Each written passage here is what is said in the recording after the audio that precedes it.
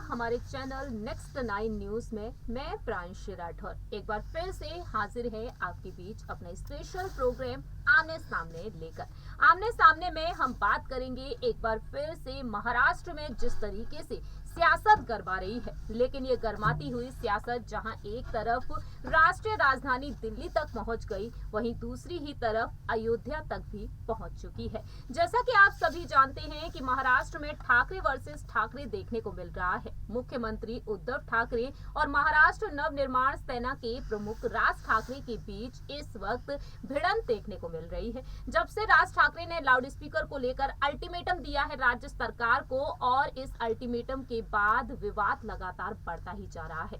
दूसरी ही तरफ उन्होंने ऐलान किया कि लाउडस्पीकर जब तक बैन नहीं होते हैं तब तक वह भी हनुमान चालीसा का पाठ लाउडस्पीकर पर करेंगे, और ऐसे में उद्धव ठाकरे की सरकार भी पलटवार करने में पीछे नहीं हट रही है। वहीं अमरावती से निर्दलीय सांसद नवनीत राणा भी आए दिन लगातार एक दिन में वह ऐसे बयान देती हुई नजर आ रही है लगातार, जो सभी को हैरान कर रही है। लेकिन इसी बीच देखने को मिला कि राज ठाकरे ने ये ऐलान भी किया कि वह 5 जून को अयोध्या जाएंगे, रामलला के दर्शन करेंगे, हनुमानगढ़ी पहुंचेंगे और हनुमान चालीसा का पाठ भी करेंगे। लेकिन इसी के साथ साथ दावे किए जा रहे हैं कि वह लखनऊ में उत्तर प्रदेश के मुख्यमंत्री योगी आदित्यनाथ जी से मुलाकात भी करेंगे। और इस अयोध्या दौरे के चलते अब अयोध्या में हंगामा मचा हुआ है। भारतीय जनता पार्टी के जो कार्यकर्ता हैं, कई सांसद हैं जो राज ठाकरे के खिलाफ खड़े होते हुए दिखाई दे रहे हैं। यहाँ तक कि यहाँ पर अब राज ठाकरे के स्वागत में उतर आई हैं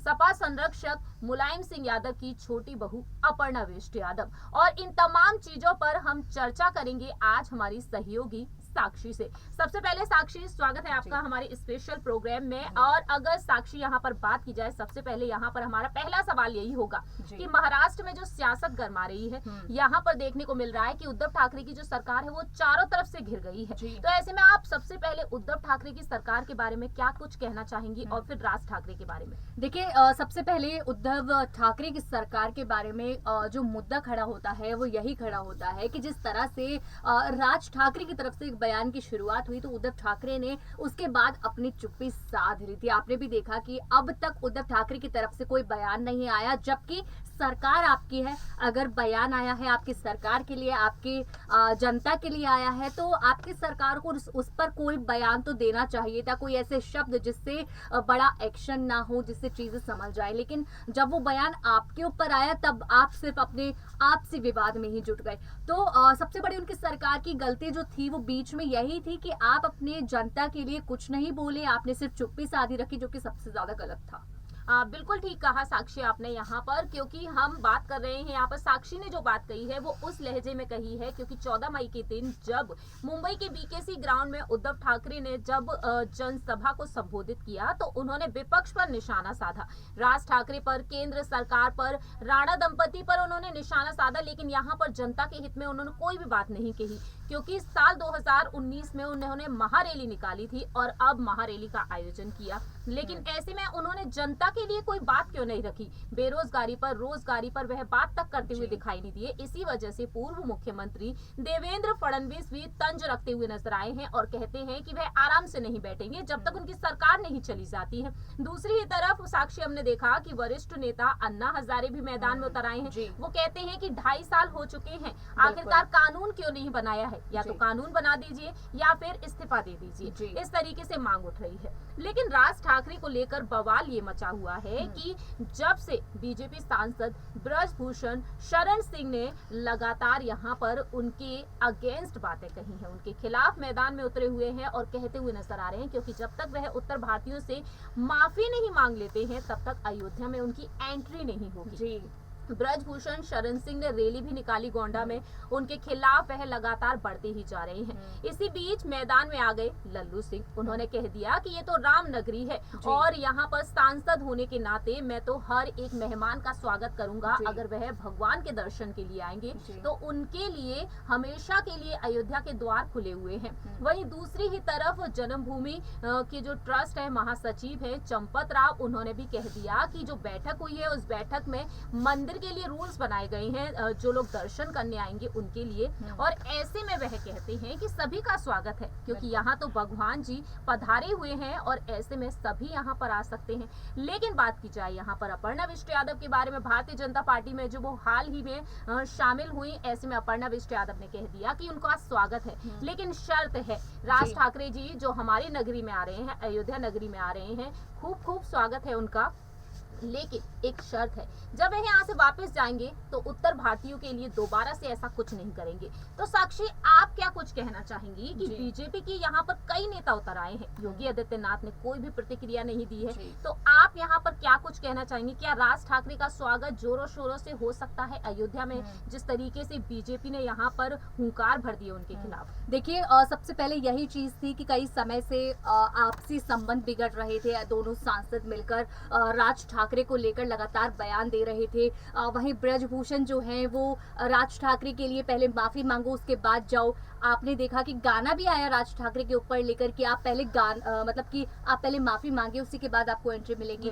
वहीं बीजेपी के दूसरे सांसद लल्लू सिंह है, वो उनको लेकर बोलते हैं कि नहीं, आपका स्वागत है, आप जाइए। अब यहाँ जब हल नहीं निकल रहा था तो इसका हल निकालने के लिए अपर्णा यादव ने अपना एक बयान दिया जिसमें वो ट्वीट करती हैं कि आप जाइए, आप रामलला के दर्शन कीजिए, उसके लिए कोई मनाही नहीं है, लेकिन आप एक वादा, एक शर्त आपके लिए है कि आप वहां से एक वादा करके लौट कर आएंगे, कसम खाकर आएंगे कि आप फिर से उत्तर भारतीयों के लिए ऐसा कोई गलत शब्द नहीं बोलेंगे। वही चीज है, ब्रजभूषण ने भी वही चीज कही कि राज ठाकरे ने महाराष्ट्र में उत्तर भारतीयों के लिए गलत शब्द बोले थे, गलत बातों का इस्तेमाल किया था, जिसकी वजह से वो काफी नाराज हैं। और यही बात है कि किसी तरीके से अपर्णा यादव ने उस बात को रोकने की कोशिश की, लेकिन आपने देखा कि ब्रजभूषण ने फिर से योगी जी से अपील की है, यानी यूपी के मुख्यमंत्री से अपील की है कि वो उनसे ना मिले, पहले वो माफी मांगे। तो उनकी बात अपनी जगह ठीक है, जिस तरह से उन्होंने जिस तरह बयान दिए, अगर वो ऐसी बातें बोलेंगे तो कौन इन बातों को सहन कर लेगा कि आप उत्तर भारतीयों के लिए इस तरह से बातें बोल रहे हैं। लेकिन साक्षी, उन्होंने यहाँ पर लल्लू सिंह को लेकर भी बात कही है। उन्होंने लल्लू सिंह ने जो कहा कि वह तो यहाँ पर स्वागत करेंगे जो लोग भी यहाँ पर आएंगे रामलला के दर्शन के लिए। तो आप यहाँ पर क्या कुछ कहना चाहेंगे? ब्रजभूषण शरण सिंह ने आखिरकार उनके बारे में क्या कहा है? देखिए, ब्रजभूषण ने शरण सिंह को लेकर उनका यही कहना है, जिस तरह से लल्लू सिंह है, उनके ब्रजभूषण बड़े भाई जैसे वो उनको मानते हैं और उनकी बात को स्वीकार करते हैं, लेकिन हर किसी की अपनी अपनी प्रतिक्रिया होती है। उन सांसद की अपनी प्रतिक्रिया है, उनकी अपनी प्रतिक्रिया है। किसी को ये बात, देखिए, अपर्णा यादव ने भी लल्लू सिंह वाली बात कही कि हर किसी का स्वागत है अयोध्या में, रामलला के दर्शन करने का हर किसी को हक है, और भगवान के दर्शन करने अगर आप आएंगे, इस मन से आएंगे, तो आपको जरूर वहां पर आपका स्वागत है, आप कर सकते हैं। लेकिन जिसके दिल पर वो ठेस पहुंची होगी उन शब्दों से, वो अपनी बात रखेगा। इस वजह से ब्रजभूषण अपनी बात पर अटके हुए हैं। बिल्कुल ठीक कहा साक्षी ने। आपको बता दें कि जहां एक तरफ बीजेपी की तरफ से यहाँ पर अब देखने को मिल रहा है कि राज ठाकरे के खिलाफ लोग उतर आए हैं, लेकिन आदित्य ठाकरे के खिलाफ बिल्कुल भी नहीं है। क्योंकि जहां एक तरफ साक्षी उद्धव ठाकरे बीजेपी पर निशाना साध रहे हैं, लेकिन बीजेपी ने अब तक उन पर अयोध्या में ऐसी कोई भी बात नहीं कही है। लेकिन अयोध्या में हमने देखा कि पोस्टर्स और बैनर्स को उतार दिया गया, क्योंकि उद्धव ठाकरे और राज ठाकरे के बीच पोस्टर्स पर भी बहस देखने को मिली। तो ऐसे में आप क्या कुछ कहना चाहेंगे? आदित्य ठाकरे को लेकर ब्रजभूषण शरण सिंह ने कह दिया कि हमें उनसे कोई भी समस्या नहीं है, वह अयोध्या आ सकते हैं, लेकिन राज ठाकरे से समस्या है क्योंकि उन्होंने उत्तर भारतीयों के लिए ये सब कुछ कहा है। तो आपको क्या लगता है साक्षी कि 5 जून जो जल्द ही आने वाली है, 5 जून के लिए तैयारियां जोरों शोरों से चल रही हैं। दूसरी ही तरफ कांग्रेस पार्टी भी मैदान में है। कांग्रेस के साथ देखने को मिल रहा है कि कांग्रेस उद्धव ठाकरे के साथ नजदीकी में है। तो ऐसे में आप क्या कुछ कहना चाहेंगे कि क्या बीजेपी राज ठाकरे की तरफ नजदीकियां बढ़ाती हुई नजर आएगी, या फिर नवनीत राणा, राज ठाकरे और बीजेपी एक साथ होते हुए नजर आ सकते हैं? क्योंकि इस वक्त चौतरफा तरीके से घिर चुके हैं उद्धव ठाकरे,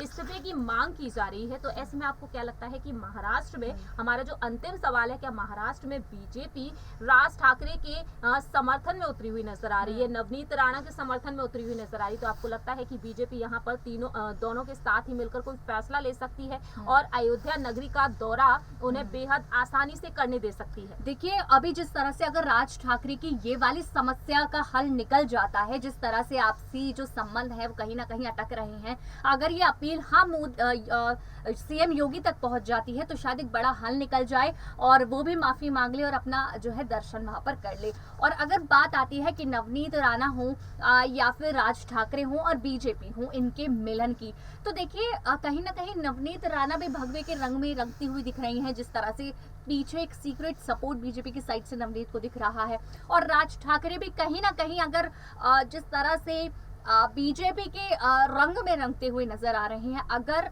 ये दोनों काफी स्ट्रॉन्ग कैंडिडेट है अपनी अपनी जगह, अगर बीजेपी की टीम में ये आ जाते हैं तो कहीं ना कहीं बीजेपी वैसे भी पहले से स्ट्रॉन्ग पार्टी है और ज्यादा स्ट्रॉन्ग पार्टी बन जाएगी और शायद चुनावों के समय एक बड़ा फर्क पड़ जाएगा नवनीत राणा की तरफ से और राज ठाकरे की तरफ से, क्योंकि दोनों अपनी अलग इंडिविजुअली एक अलग भूमिका निभाते हैं और कोई अपने आप में इतना अच्छा अगर स्ट्रॉन्ग कैंडिडेट एक पार्टी में आता है तो पार्टी को उधर के साइड का बहुत बड़ा फर्क पड़ता है। और नवनीत राणा की बात करूं तो अपने यहाँ से वो एक अमरावती से सांसद वो रह चुकी हैं, निर्दलीय सांसद हैं, उन्होंने बहुत अच्छे वोटों से वहां पर चुनाव जीता था।